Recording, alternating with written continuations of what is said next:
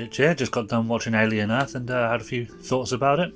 When I first heard about Alien Earth, I was both apprehensive and a little bit excited. I was excited because I've always enjoyed the concept and the lore of the Alien franchise, but also a little bit worried because the plot holes are numerous and you never know what they're going to do with it. So when I found out the show would be ignoring Covenant and Prometheus, part of me was relieved. The writer wouldn't have to fill in those gaps or address the giant pink elephants in the room.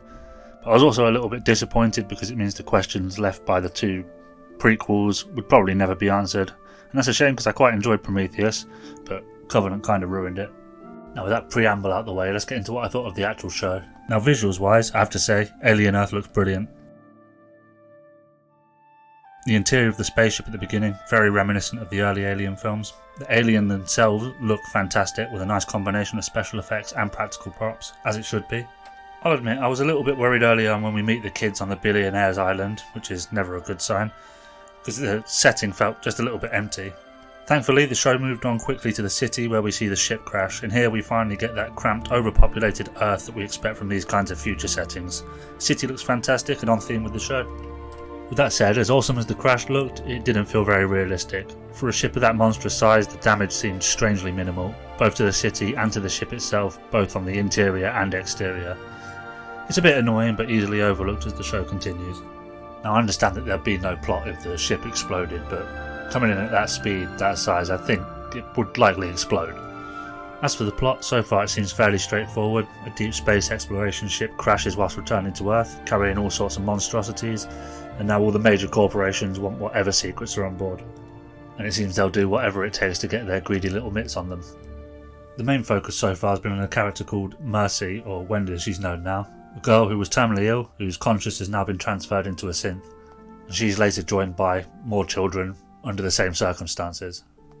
These children are then deployed to the crash site as a rescue team, with no apparent training. This is a move that seems straight out of the Metal Gear Solid playbook. Now to be fair, it is upon Wendy's request, because her brother is a part of a rescue team and she wants to save him. But even in Metal Gear Solid, the kids had training. What you thinking, boss? I'm thinking that he's tougher than he looks. A little training, he'll make himself useful. And no one seems to make a fuss about this at all, which did feel a little bit off. This makes for one of my biggest gripes with the show. The things these kids have already seen would make grown adults with experience of violence and horror recoil, but they barely bat an eyelid. The ones that have reacted just feel more grossed out than scared or worried. And this might be explained further down the line, but at the minute it just doesn't feel very realistic. It isn't just the children's reactions that feel a little bit off either. You've also got Wendy's brother who's encountered a xenomorph a few times now. He's been chased, hurled about, taken a bit of a kicking, and then witnessed a whole group of people be butchered. And then when he bumps into some other people, he doesn't even mention it. He's even given the opportunity to mention it when one of them says, "Oh, there must be a bear loose," and he just keeps quiet. That is absolute dog shit. Maybe there's something more going on if I was to be charitable, but it just feels like bad writing. A lot of the characters just don't seem to understand the gravity of the situation they're in. I mean, it doesn't take Sherlock Holmes to figure out that there's some nasties crawling about. Even if you remove the threat of the aliens, you'd think the downed spaceship would still command a little bit more seriousness. Luckily, there's other parts of the show which have piqued my curiosity, like the introduction of some new alien species. One of the other issues I've found with the show is I think we've seen too much of the xenomorph too early.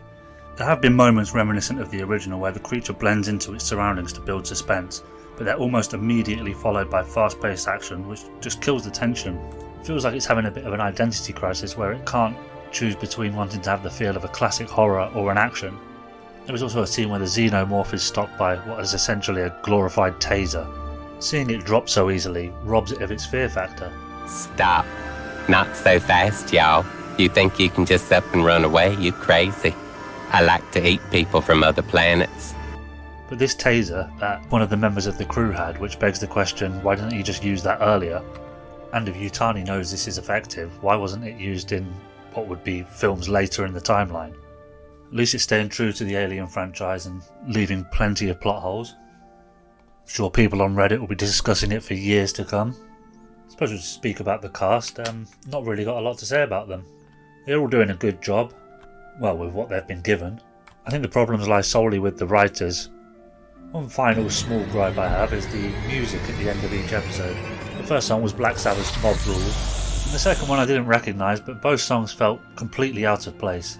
Didn't fit the tone of the show whatsoever. Now for the record, I wouldn't have minded if the Black Sabbath thing was like a tribute to Ozzy, but it's a Ronnie James Dio song. I think that about covers everything, but we'll do a little recap and I'll give you the bottom line. The show does some things brilliantly, and other things not so much. The visuals are gorgeous, and they've nailed the retro alien feel. The atmosphere is there, but the characters and the writing inside that atmosphere just aren't clicking. Every time we see glimpses of brilliance, they're undercut by strange writing choices and odd bits of direction. Instead of being immersed, I keep finding myself asking questions, and not in the good way. I really do hope the show can tighten things up as it goes along, because there's a lot to like here, and it's a lot that's done really well. Right now though, it feels like a beautifully made husk with nothing solid enough inside to hold it together. It would be great if the franchise could create a good foundation to build from. It'd really just be nice to see this IP reach its true potential. We should call it a day there. Hope you enjoyed the review. Leave a comment, let me know what you think. Like, subscribe, all that good stuff. And hopefully I'll catch you on the next one.